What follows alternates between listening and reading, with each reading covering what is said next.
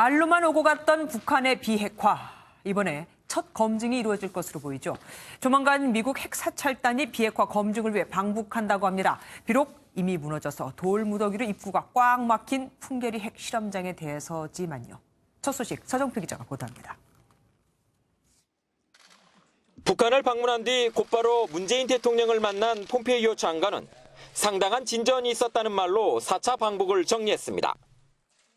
But we had a good, productive conversation. As President Trump has said, we took one of them today. It was another step forward. And so this is, I think, a good outcome for all of us.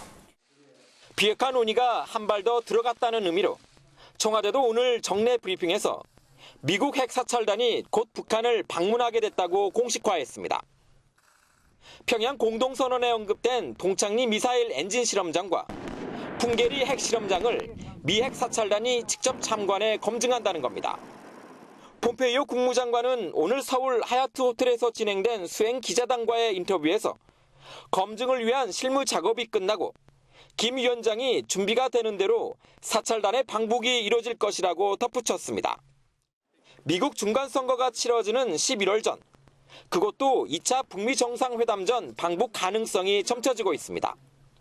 MBN 뉴스 서정표입니다.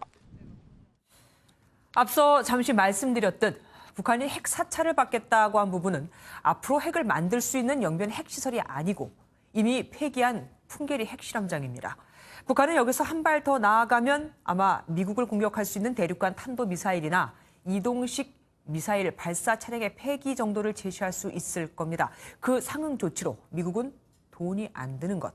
예를 들면 개성공단, 금강산 관광 재개 허용 같은 것을 내놓을 거고요.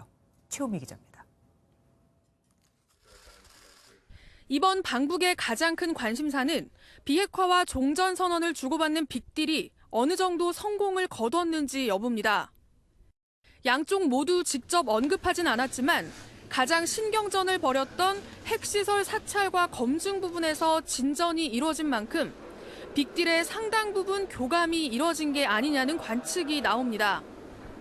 핵리스트 신고를 미루고 영변 핵시설 폐기와 종전선언을 맞바꾸자는 강경화 외교부 장관의 제안이 어느 정도 받아들여진 것이라는 분석도 있습니다. 풍계리 핵실험장 사찰단 방문 합의는 미국도 당장 전면적인 핵리스트 신고를 고수하던 입장에서 한 발 물러선 것 아니냐는 설명입니다. 결국은 그동안 북한 주장이었던 단계적인 접근과 동시행동 원칙을 미국이 수용한 셈이 됐거든요. 강 장관 역시 오늘 기자들과 만나 미국이 융통성을 많이 가지고 준비하는 것 같다고 말했습니다.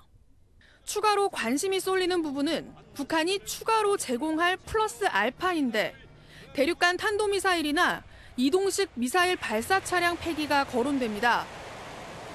이 같은 조치가 이뤄질 경우 미국은 개성공단 재개와 인도주의적 지원 같은 상응 조치에 나설 가능성이 큽니다.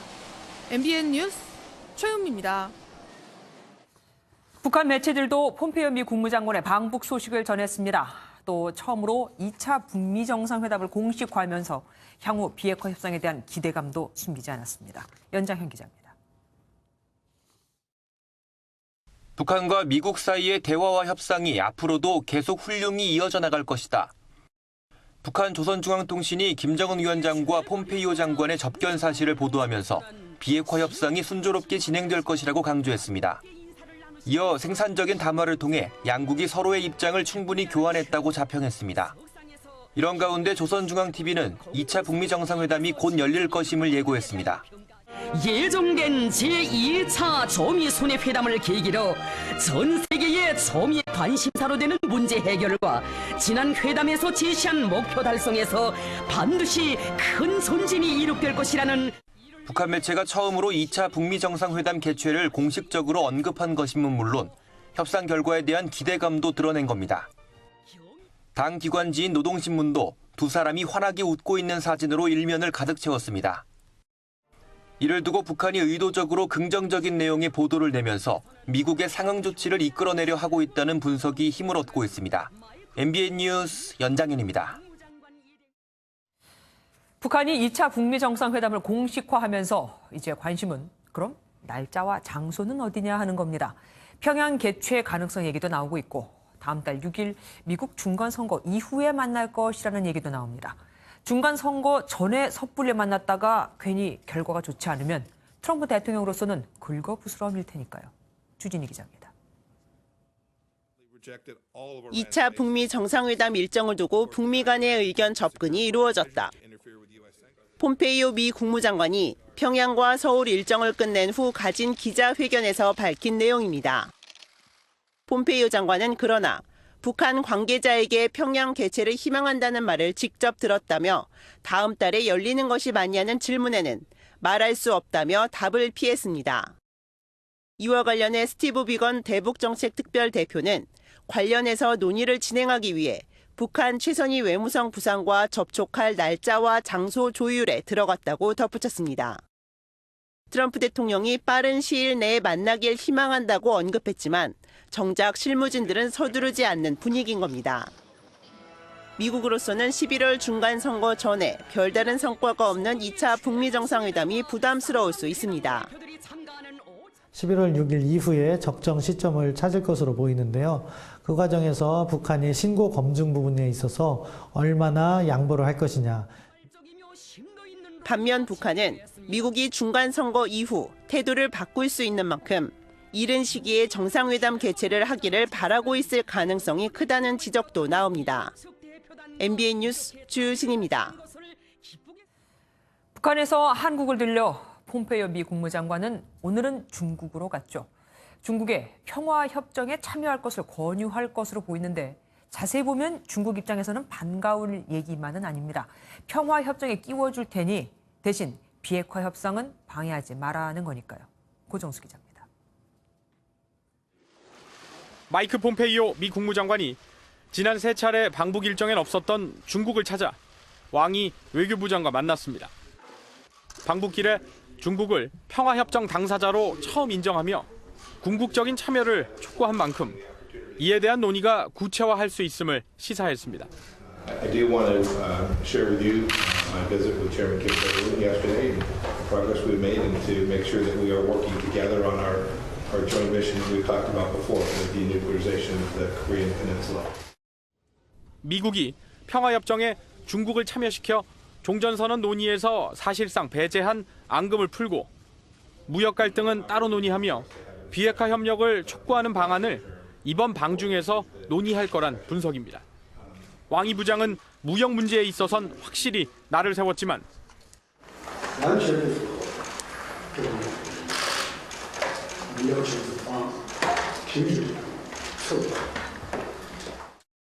폼페이오 장관이 한반도 문제를 놓고 중국과 의견을 나누려는 사실을 알고 있고 미중이 소통과 협력을 강화할 필요가 있다며 대북 문제에 대해선 화답했습니다. MBN 뉴스 고정수입니다. 문재인 대통령은 북한과 중국의 움직임을 거론하며 한반도에 새로운 질서가 시작됐다고 말했습니다. 특히 새로운 질서는 우리가 주도해야 한다며 강한 의지를 드러냈습니다. 최종락 기자입니다. 폼페이오 국무장관과 접견한 문재인 대통령은 국무회의에서 일부 주요 내용을 공개했습니다. 문 대통령은 폼페이오 장관의 방북으로 2차 북미 정상회담이 열릴 수 있는 분위기가 조성됐다며 조기 개최를 확신했습니다. 특히 김정은 위원장의 러시아 방문과 시진핑 중국 국가주석의 북한 방문, 북일 정상회담 가능성까지 언급하며 한반도의 새로운 질서가 만들어지고 있다고 밝혔습니다. 한반도의 새로운 질서는 동북아의 새로운 질서로 이어질 것입니다. 또 우리가 주도적인 역할을 할 수 있도록 정치권과 국민들께서도 정부에 힘을 모아주시기를 당부드립니다. 다른 나라의 외교 일정을 먼저 공개한 것은 당사국들과 진행 상황을 공유하고 폼페이오 국무장관과 폭넓은 의견 교환이 있었을 것으로 관측됩니다. 청와대도 폼페이오 국무장관과 김정은 위원장의 면담 시간이 언론 보도보다 더 길게 이어졌다며 충분한 대화가 이루어졌다고 설명했습니다. 김의겸 대변인은 오전에 2시간, 오찬으로 1시간 30분, 이어 오후에 2시간가량 접견이 더 이루어져 전체 시간이 5시간 30분이라고 말했습니다. 문 대통령이 밝힌 한반도의 새로운 질서라는 표현은 직접 원고를 쓴 것으로 전해졌습니다. 주도적 역할도 강조했는데 앞으로 진행 과정에 대한 중재자로서의 자신감으로 보입니다. MBN 뉴스 최종락입니다. 북한 고려항공 화물기 한 대가 러시아 블라디보스토크에 내렸다가 평양으로 돌아간 것으로 확인됐습니다. 1차 북미 회담 당시 김정은 위원장의 전용 차를 운송했던 화물기라 김 위원장의 러시아 방문이 임박했다는 얘기가 나옵니다. 김근희 기자입니다. 지난 6월 싱가포르 1차 북미 정상회담에 동원됐던 북한의 화물기 일류신 76입니다. 당시 김정은 국무위원장의 전용 방탄차와 전용 화장실 등을 수송한 것으로 알려졌습니다. 항공기 운항 정보 사이트 플라이트레이더 24에 따르면 이 화물기가 어제 평양에서 출발해 블라디보스토크에 갔다 돌아왔습니다. 원래 평양과 블라디보스토크로 가는 정기편이 없는 날이어서 김 위원장의 방러 준비를 위해 특별히 비행한 것으로 추정됩니다. 이런 가운데 조선중앙TV는 2002년 김정일 국방위원장의 방러 회고물을 방영했습니다. 당시 김정일 위원장이 방문했던 블라디보스토크 곳곳을 다시 찾아 촬영한 겁니다. 우린 김정일 동지께서 러시아 원동 지역에 대한 방문 시 기차를 타고 도착하셨던 울라디보스토크 철도역에 위치하고 있습니다. 최선희 북한 외무성 부상도 러시아를 찾은 가운데 김 위원장의 첫 방러를 앞두고 북러 친선 관계를 과시하려는 의도로 해석됩니다. MBN 뉴스 김근희입니다. 김정은 위원장의 러시아 방문에 이어 시진핑 중국 국가주석도 이르면 다음 달 평양을 방문할 것으로 보입니다. 북중러 정상들이 이렇게 바쁘게 움직이는 걸 보니 북한 문제와 관련해 물밑 조율이 어느 정도 성사 단계에 있는 것 아니냐 하는 희망 섞인 관측도 나옵니다. 이만영 기자입니다. 지난달 초 열린 북한 정권 수립 70주년 기념일 행사. 북한은 시진핑 중국 국가주석을 초청했지만 참석은 불발됐고 대신 시진핑의 특사 리잔수 상무위원이 행사에 모습을 드러냈습니다. 그런데 다음 달에는 시 주석의 평양 방문 모습을 볼 수 있게 될 전망입니다. 노영민 주중대사가 베이징 대사관에서 기자들에게 시 주석 방북 가능성을 언급한 겁니다. 이달은 중국 내 주요 행사 때문에 평양 방문이 힘든 만큼 11월 30일 G20 정상회의가 열리기 전 방북 가능성이 높다는 분석입니다. 앞서 싱가포르 북미 정상회담 한 달 전 시 주석과 김정은 위원장이 만났던 만큼 가시화하고 있는 2차 북미 정상회담을 앞두고도 북중 정상회담이 이뤄질 가능성이 큽니다. 시 주석이 평양을 방문할 경우 한국 답방도 예상됩니다. 한국 정부에서도 시 주석의 방문을 요청한 적이 있어 북한만 방문하면 한국 패싱으로 비춰질 수 있기 때문입니다. MBN 뉴스 이만영입니다. 북한 문제와 관련해 국제사회가 이렇게 분주하게 움직이고 있으니 우리 정부와 여당도 가만히 있을 수가 없겠죠. 판문점 선언의 국회 비준을 받기 위해 통일부 장관과 청와대 정무수석이 바른미래당 의총까지 찾아갔는데 결과는 아직 모릅니다. 김문영 기자입니다. 3차 남북정상회담 이후 처음으로 열린 고위당정청의 최대 화두는 역시 남북관계였습니다. 당정청은 평양 공동선언 군사합의 이행을 위해 통일부와 국방부에 차관급 대책기구를 두기로 하고 군사합의서의 국회 비준 필요 여부도 법제처에 의뢰했습니다. 남북관계는 지금 이미 국회에 나가 있는 판문점 선언의 비준이 빨리 이루어지길 바랍니다. 민주당과 함께 민주평화당과 정의당 등 국회 과반인 152명의 의원도 판문점 선언 비준 동의를 촉구했습니다. 그동안 우리는 남북의 소주간 합의들을 지켜내지 못했다. 남북관계가 정권 교체에 따라 부침을 겪는 일은 더 이상 없어야 한다. 비준의 우호적인 바른미래당을 설득하기 위해 조명균 통일부 장관까지 나섰지만 지상욱, 이학재 의원 등은 의총에 불참하며 반대 의사를 나타냈습니다. 우여곡절 속에 판문점 선언에 대해 국회의 비준 동의가 아닌 대통령이 직접 비준할 것을 요구하는 한편 국회 차원에선 지지 결의안을 처리해주는 것으로 입장을 정리했습니다.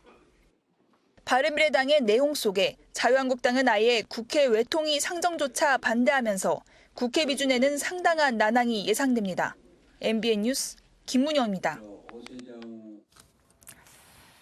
어제 발생한 경기도 고양시 저유소 폭발 화재는 17시간이 지난 오늘 새벽에서야 간신히 잡혔죠. 이 엄청난 화재는 실화였습니다. 경찰이 실화 혐의로 스리랑카인 한 명을 긴급 체포했습니다. 사회부 전화로 연결돼 있습니다. 전민석 기자, 어떻게 된 겁니까? 네, 보도국 사회부입니다. 사건을 수사 중인 고양경찰서는 오늘 오후 고양시 덕양구 저요소 화재 사건의 용의자로 27세 스리랑카인 비타나가마 씨를 긴급 체포했습니다. 이 남성은 비전문 취업 비자로 한국에 들어왔고 화재가 난 지난 7일 현장 인근에서 소형 열기구를 날리다 해당 저요소 잔디밭에 떨어뜨린 것으로 조사됐습니다. 이 열기구의 불씨가 저요 탱크의 유증 환기구를 통해 탱크 내부로 옮겨부터 폭발로 이어졌다고 경찰은 확인했습니다.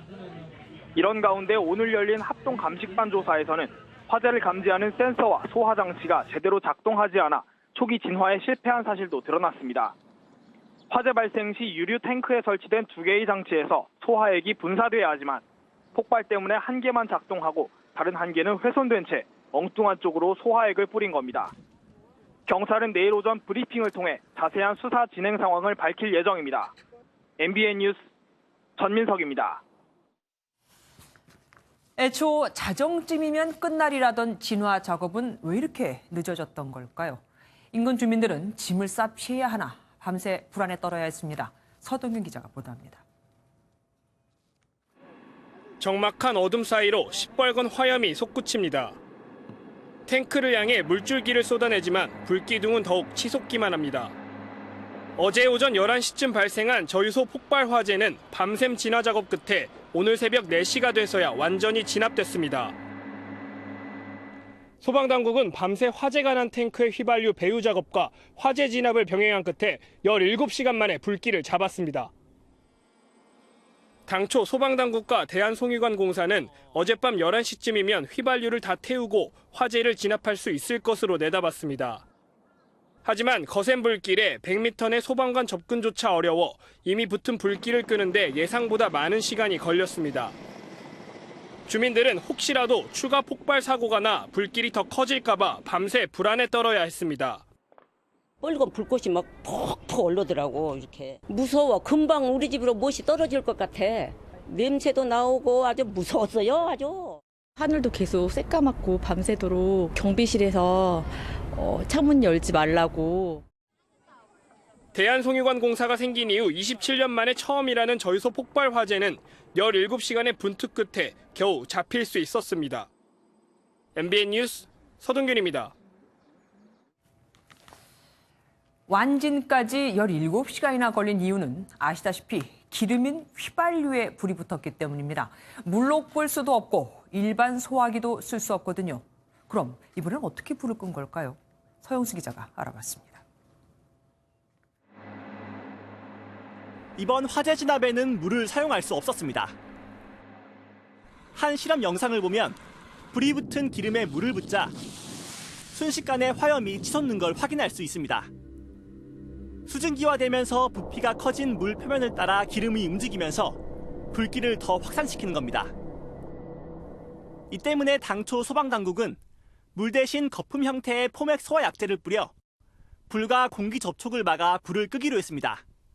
하지만 강한 열기 탓에 포맥이 불에 닿기도 전에 녹아버리면서 진화에 애를 먹었습니다. 결국 탱크 안에서 불길의 연료 역할을 하던 기름을 상당량 태운 뒤 본격적인 진화에 나서기로 했습니다. 먼저 탱크 속 기름 440만 리터 중 260만 리터를 다른 탱크로 옮겼고 그 자리에는 밑에서 물을 주입해 불이 붙은 기름을 위로 올려보냈습니다.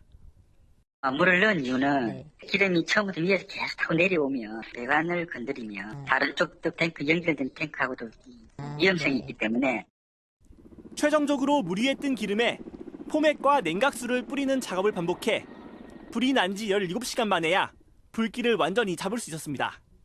MBN 뉴스 서영수입니다. 바다에서 몰래 이루어지는 밀수품을 또 밀수를 막기 위해 관세청은 고가의 선박, 이른바 감시정을 운영합니다. 그런데 감시정 2척 중 1척은 지난해 하루 1시간도 일을 하지 않았다는 걸 아십니까? 비싼 배를 사놓고 놀리고 있는 건데 그래서일까요? 밀수품 적발도 대폭 줄었습니다. 신동규 기자가 단독 보도합니다. 경기도 평택항에 정박해 있는 한 선박. 바다에서 벌어지는 밀수행위 적발을 위해 관세청이 23억 원을 들여 2년 전 도입한 감시정입니다. 그런데 이 감시정이 지난해 운항한 시간은 93시간으로 1년 동안 고작 나흘에 불과했습니다. 비싼 돈 들여 배는 샀지만 정작 선원 인건비는 편성이 안 돼 몰 사람이 없었던 탓입니다. 정부에서 허가받은 관세청에 정원을 못 채우고 있거든요. 문제는 이것만이 아닙니다. 관세청이 전국 항만에서 운용하는 감시정 37척 가운데 40.5%인 15척의 지난해 운용 시간은 1년 동안 365시간 미만인 걸로 나타났습니다. 선박 2척 가운데 한 척은 하루 운항 시간이 1시간도 채 되지 않았던 셈입니다. 고질적인 인원 부족 문제로 최신형 감시정이 밧줄에 묶인 채 부두에 정박한 날이 더 많았던 겁니다. 2014년 531억 원이었던 밀수품 적발 금액이 지난해 3억 원 수준으로 대폭 줄어든 것도 이 같은 문제와 무관해 보이진 않습니다. 사실상 배를 놀리고 있는 겁니다. 예상 낭비고 감시정에 의한 밀수 단속을 손 놓고 있다. 고가 감시정이 부두의 조형물로 전락한 사이 밀수 감시에는 큰 구멍이 뚫렸습니다. MBN 뉴스 신동규입니다.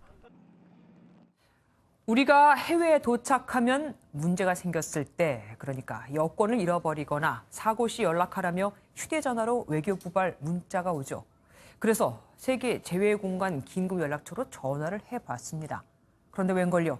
전화하랄 땐 언제고 두 곳 중 한 곳이 불통이었습니다. 그럼 왜 그런 문자를 보낸 걸까요?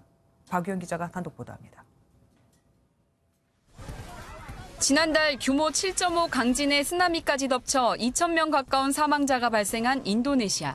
실종됐던 우리 교민 1명도 끝내 시신으로 발견됐습니다. 이처럼 재난 등 해외에서 발생한 위급 상황에서 우리 국민들이 즉각 도움을 요청할 수 있는 재외공간은 전 세계에 173개소가 있습니다. 외교부는 공식 어플리케이션 해외 안전여행에 각 대사관과 영사관의 연락망을 취합해놨는데요. 여기에 안내된 긴급 연락처에 무작위로 전화를 걸어보겠습니다.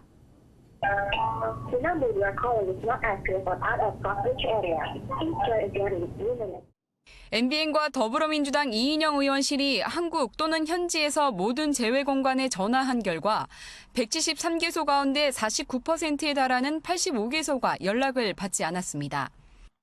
피랍 사건이 발생한 리비아를 비롯해 캐나다와 러시아, 중국, 일본 등 친숙한 국가에 소재한 곳도 마찬가지였습니다. 영사 업무 지침에 따르면 재외공간은 사건 사고 신고를 24시간 내내 접수할 수 있도록 반드시 당직 전화를 운영토록 하고 있습니다. 국민의 생명 안전 이런 문제들은 단 1%의 혹은 그 이하의 가능성이 있어도 끝까지 국가가 책임지는 자세로 임해야 하고요. 불가피하게 전화를 받지 못할 경우에는 콜백 제도를 의무화해서 이 같은 사실을 파악하지 못했던 외교부는 MBN 취재진에게 재외공간 전화 시스템을 다시 한번 점검하겠다고 설명했습니다. MBN 뉴스 박영입니다. 사정이 이렇다 보니 양육비를 주지 않는 이른바 나쁜 배우자의 신상을 공개하는 사이트까지 등장했습니다. 여기 얼굴이 올라가서 양육비를 지급한 아빠들도 꽤 많고요. 양육비를 받아내기 위한 고육지책인데 명예훼손이 될 가능성도 있다고 합니다. 이병주 기자입니다. 양육비를 주지 않는 배우자의 신상을 공개한 인터넷 사이트입니다. 양육비 관련 법원의 판결문이나 합의서를 토대로 해당 배우자의 얼굴 사진과 간단한 신상 정보 100여 건이 올라와 있습니다. 심지어 이 사이트엔 배우자 신상을 공개하고 양육비 문제가 해결된 건수까지 공개됐습니다. 지금 이 사이트로 인해서 저희들 정말 하나라도 진짜 어느 분 하나 해결이 된다면 저희도 희망을 얻고 지금 하려고 동참을 한 거고. 하지만 우려의 목소리도 나옵니다. 이 사이트에 신상이 공개된 한 남성은 밀린 양육비 액수가 큰 상황에서 돈벌이가 끊길까 노심초사하고 있습니다. 지금 직장도 피해 갈까 봐 걱정도 되는데 다음 직장 잡을 때는 또 어떻게 피해가 올지 그게 걱정되거든요, 지금. 무엇보다 범죄자도 아닌 일반인의 신상을 공개하는 행위가 법적으로 명예훼손에 해당할 수 있다는 지적이 나옵니다. 기계적으로 판단한다면 이른 해당될 소지도 있어 보이지만 실제로 처벌하고 실제로 손해배상 청구를 하는 부분에 대해서는 사회 일반에 고민이 필요한 부분으로 보여집니다. 실제 이 신상공개 사이트 담당자는 이미 3건의 고소를 당한 상황. 하지만 양육비 지급을 강제할 실질적 대책이 나오기까지 계속 운영한다는 입장이어서 논란은 계속될 것으로 보입니다. MBN 뉴스 이병주입니다.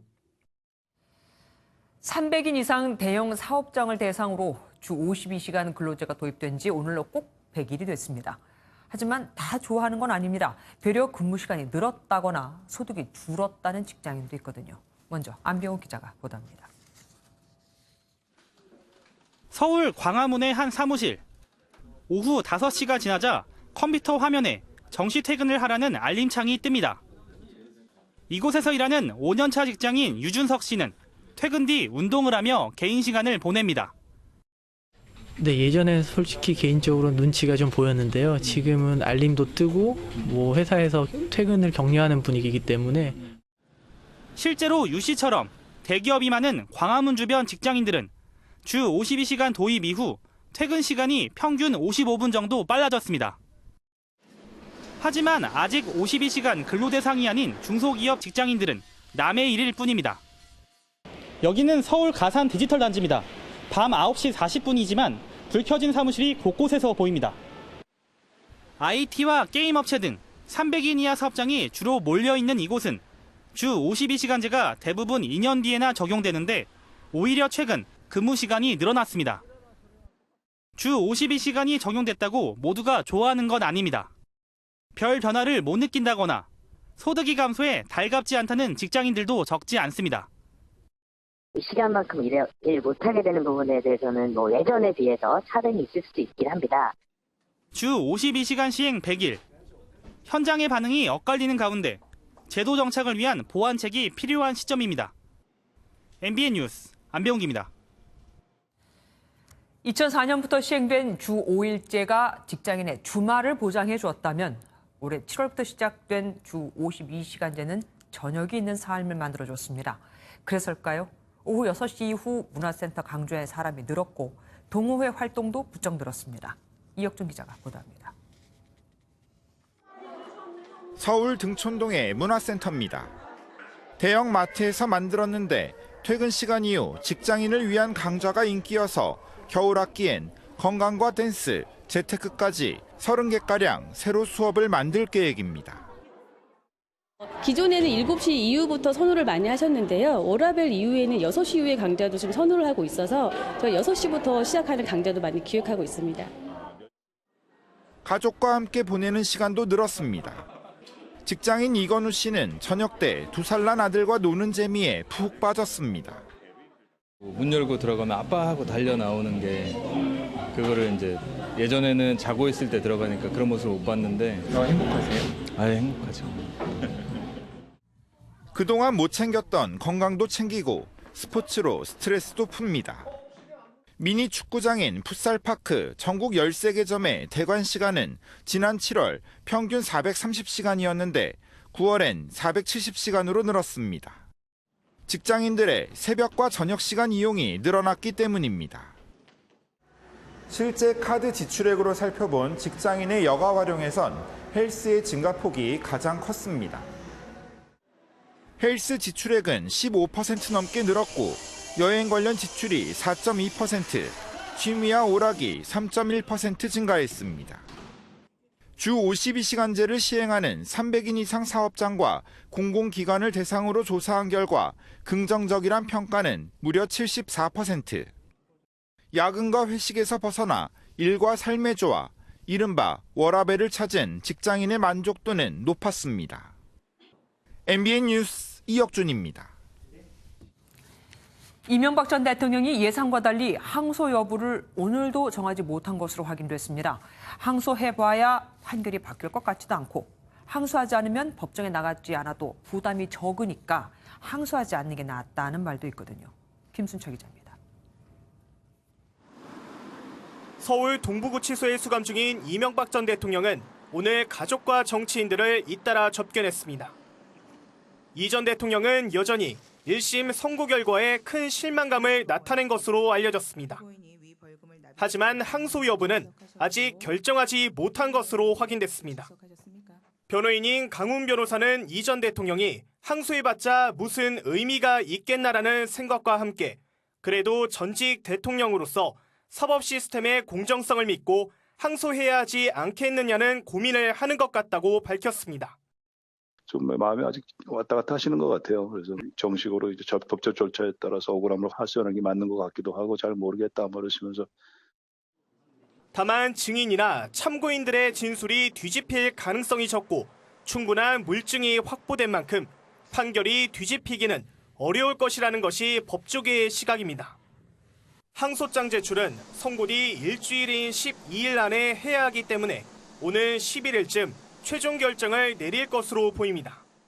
이런 가운데 검찰은 항소심에서 재판부가 무죄로 판단한 다스 미국 소송 관련 직권남용 혐의 등을 끝까지 다퉈 유죄 판단을 받아내겠다는 입장입니다. MBN 뉴스 김순철입니다.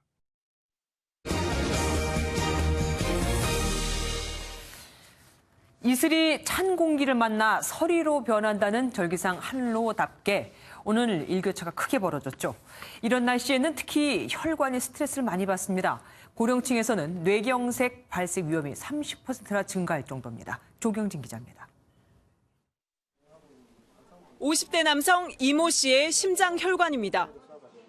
혈관의 일부가 조여 들어가 심장에 공급되는 혈액의 양이 눈에 띄게 줄었습니다. 이 씨는 오늘 긴급으로 이곳 혈관을 넓혀주는 스텐트 시술을 받았습니다. 처음에는 목적 부분, 이제 그 목 부분하고, 그다음에 나중에 그 가슴 부분 있지 않습니까? 그 명치 부분부터 가슴 있는 데가 좀 이렇게 좀 답답하고 아프고, 통증이 좀 오래가면서 식은땀도 좀 나고. 일교차가 커지면 혈관은 스트레스를 크게 받습니다. 요즘 심근경색이나 뇌경색, 응급 환자가 속출하는 이유입니다. 혈관이 수축하면서 이제 혈압이 증가되고 맥박수가 증가하고 그렇게 되면서 심장에 이제 부담을 주게 되고요.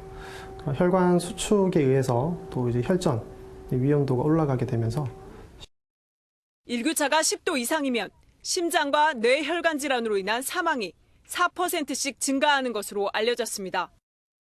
65살 이상 어르신은 큰 일교차에 뇌경색 발생 위험이 30% 커진다는 연구 결과도 있습니다.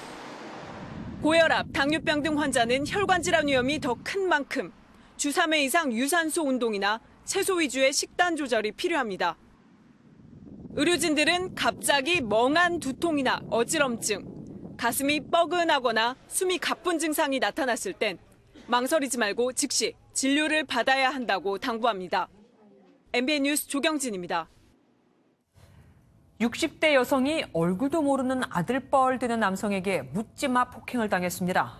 경찰은 피해자의 진단서를 받지도 않고 단순 폭행으로 이 사건을 넘겨버렸는데 그 이유가 더 황당합니다. 박상호 기자가 단독 보도합니다. 중년 여성과 대화를 나누던 남성이 삿대질을 하더니 벌떡 일어나 여성의 목을 칩니다. 여성의 목까지 조르며 의자에 앉은 채로 뒤로 넘어뜨립니다. 숨이 막혀 발버둥을 치는 여성에게 주먹을 쥐고 더 위협을 가합니다. 20여 분간 공포했던 여성은 팔다리를 다쳤고 불안 증세를 보이고 있습니다. 그때 그 공포는 말도 못하겠어요. 내가 이러다가 진짜 죽는 게 아닌가. 두 사람은 전혀 모르는 사이입니다. 가게에 손님처럼 찾아온 남성이 다짜고짜 장모에게 빌려간 돈을 내놓으라며 협박과 폭행을 가했습니다. 경찰은 피해자가 진단서를 내기도 전에 사건을 검찰에 넘겨버렸습니다. 이게 단순 폭행이지 뭐 지나도 대출 안 하지 그렇게 안 보이더라니까요. 협박 부분은 수사도 하지 않았습니다. 피해자 진술도 제대로 안 받고 검찰에 송치하면 어떻게 된 거냐? 어? 그러더니 뭐 바빠서 그랬습니다. 그 말이 안 되는 얘기지 않느냐.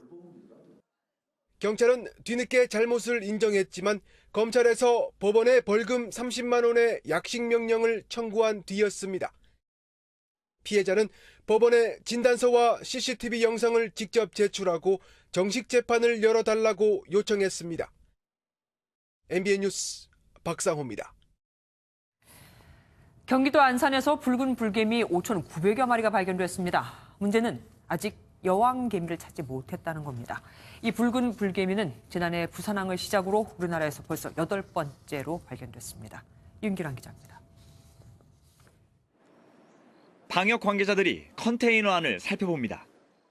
오늘 오전 10시쯤 안산 반월공단안 한 스팀 청소기 업체 창고에서 악성 외래 해충인 붉은 불개미 1000여 마리가 발견됐습니다. 조사에 착수한 방역당국은 창고 컨테이너와 인천 신항에서 4,900여 마리를 추가로 발견했습니다. 붉은 불개미가 나온 컨테이너는 중국 광저우에서 출발해 지난달 11일 인천 신항을 거쳐 오늘 새벽 이곳 안산 창고에 도착한 것으로 알려졌습니다. 기사분이 물건 내리다가 발견했는데 바로 그냥 신고해버렸고요. 1분의 1 정도 이게 다 내렸던 거예요. 방역당국은 붉은 불개미가 나온 컨테이너와 그 주변을 정밀 조사한 뒤 긴급 방제에 나섰지만 아직도 여왕개미는 발견되지 않았습니다.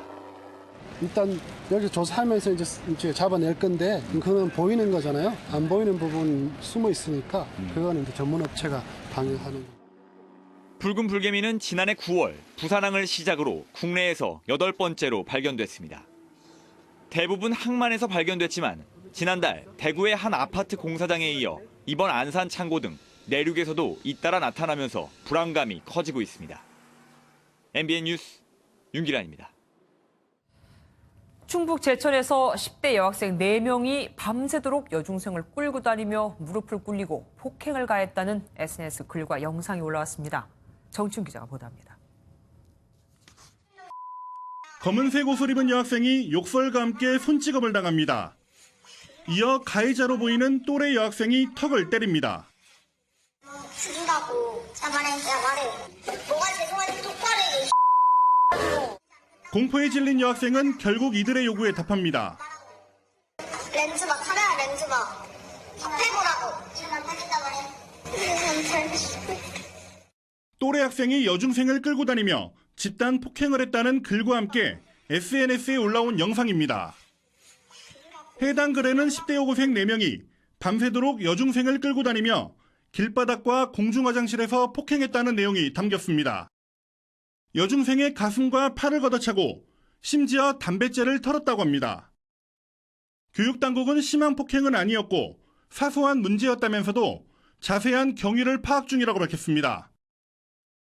이제 외상이 거의 없다고 그러고요. 게시판을 보니까 뭐 담배불로 치자면 이런데 전혀 사실 무근이고. 10대 여학생들의 그릇된 행동이 공분을 사고 있는 가운데 가해 학생을 처벌해달라는 청와대 청원글도 등장했습니다. MBN 뉴스 정춘우입니다. 숫자를 보는 오늘의 뉴스입니다.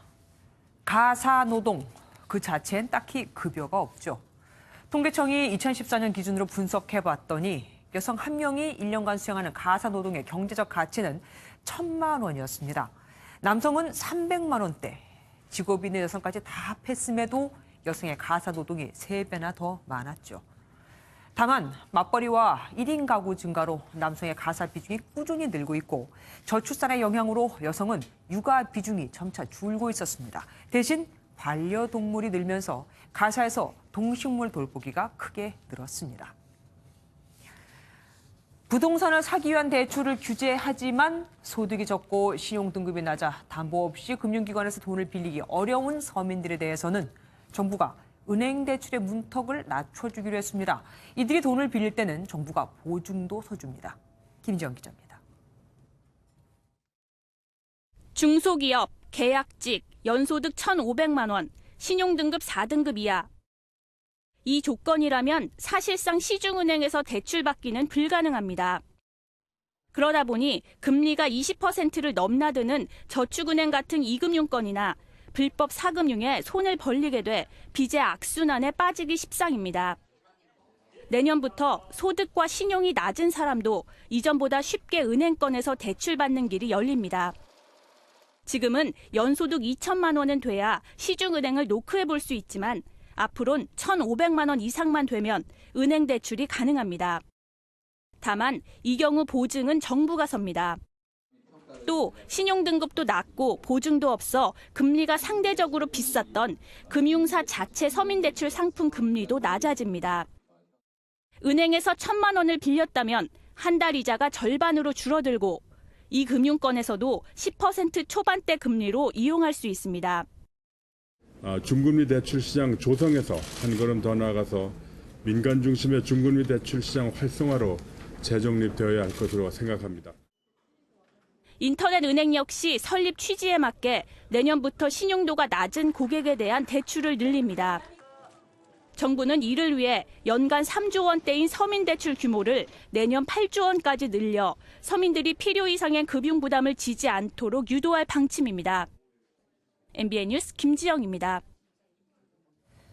인수위원회 없이 출범한 문재인 정부가 전 정부 때 방송통신위원회와 과학기술부, 이 둘로 나눠졌던 방송통신정책 일원화를 추진하고 있습니다. 따로따로 나눠지다 보니 사각지대가 생기고 있거든요. 이상범 기자입니다. 지난 5일 이호승 방송통신위원장과 방통위원들이 총출동한 가운데 출범시킨 방통위 방송통신사무소.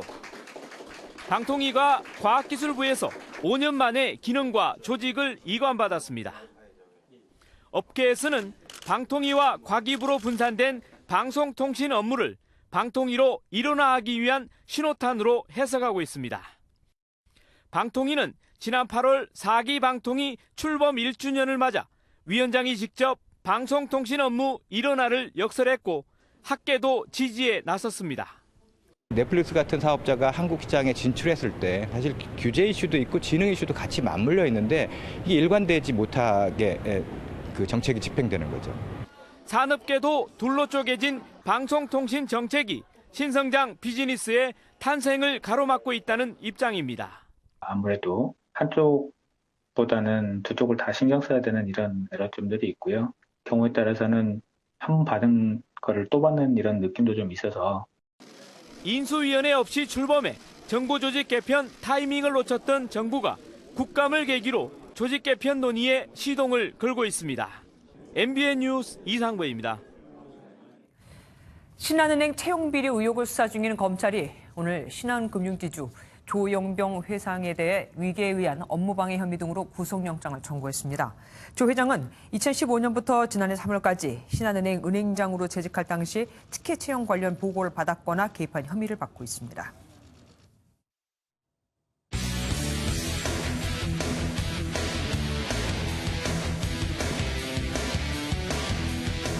안녕하십니까. 스포츠 뉴스입니다. 보통 축구대표팀 선수들은 소집 훈련 첫날 에이전트가 운전하는 고급 외제 승용차를 타고 훈련장에 오는데요. 2년 만에 대표팀에 돌아온 석현주는 혼자서 택시를 타고 왔습니다. 전광열 기자입니다. 기성용과 장현수가 먼저 걸어오는 동안 택시비를 계산하는 석현준. 훈련장을 빠져나가는 주황색 택시를 뒤로 한 채 해맑은 표정으로 취재진 앞에 옵니다. 아저씨랑 재밌는 얘기하면서 왔어요. 제 이름을 모르시는 것 같아요. 어디서 뛰는지 모르시고. 석현준의 훈련장 입소 장면에는 18살부터 네덜란드와 터키, 포르투갈과 프랑스 등에서 유럽 무대 도전을 이어온 잡초 같은 근성이 묻어 있습니다. 2년 만에 참가한 대표팀 훈련. 다음 달 A매치 때도 태극마크를 달려면 황의조와의 주전 경쟁에서 밀리지 않아야 합니다. 주전은 뭐 항상 어디에도 없다고 생각하고 그래서 항상 더욱더 열심히 한다는 마음으로 매일매일 해야 될 것 같아요. 맨주먹 정신으로 뛰면서 프랑스 랭스와 4년 계약하고 대표팀에도 2년 만에 합류하며 선수 생활의 정점에 선 석현준. 1991년생 만 27살 군미필 선수인 만큼 병역 문제가 고민입니다. 석현준은 병역을 회피할 생각은 없지만 유럽 무대에서 계속 뛰려고 연기 방법을 찾는 중이라고 말했습니다. MBN 뉴스 전광열입니다. 뒷심의 롯데가 5위 기아를 한 경기 차까지 추격했습니다. 게다가 기아의 남은 5경기 중 4경기가 롯데와의 맞대결. 사실상 포스트 시즌 진출을 결정짓는 준 포스트 시즌이나 다름없습니다. 김동환 기자가 보도합니다. 기아와 두산이 4대4로 팽팽히 맞선 연장 10회 말. 가장 애타는 관중은 롯데 팬이었습니다. 간절함이 통했는지 박건우의 끝내기 홈런으로 두산 승리. 기아가 지면서 6위 롯데와 승차는 한 경기 차로 줄었습니다. 결국 두 팀의 5위 전쟁의 향방은 이번 주 4번의 맞대결에서 가려지게 됐습니다. 내일 부산에서 한 경기를 하고 하루 건너 11일부터 광주에서 마지막 3연전을 벌이는데 싹쓸이하는 팀은 무조건 5강행 막차를 탈 수 있습니다. 기아는 3승만 해도 되고 롯데는 3승이면 절대 유리한 고지를 점할 수 있습니다. 2승씩 나눠 가지면 기아가 마지막에 웃을 가능성이 큽니다. 기아가 다소 유리한 상황이지만 최근 16경기에서 13승을 한 롯데의 분위기가 양현종이 부상으로 빠진 기아보다 좋습니다. 가장 극적인 시나리오는 정규 시즌 종료일 이후로 미뤄진 롯데와 두산의 우천순영 경기에서 5위가 결정되는 상황. 어제 롯데에게 천사였던 두산이 마지막 날 악마로 돌변할 수도 있습니다. MBN 뉴스 김동환입니다.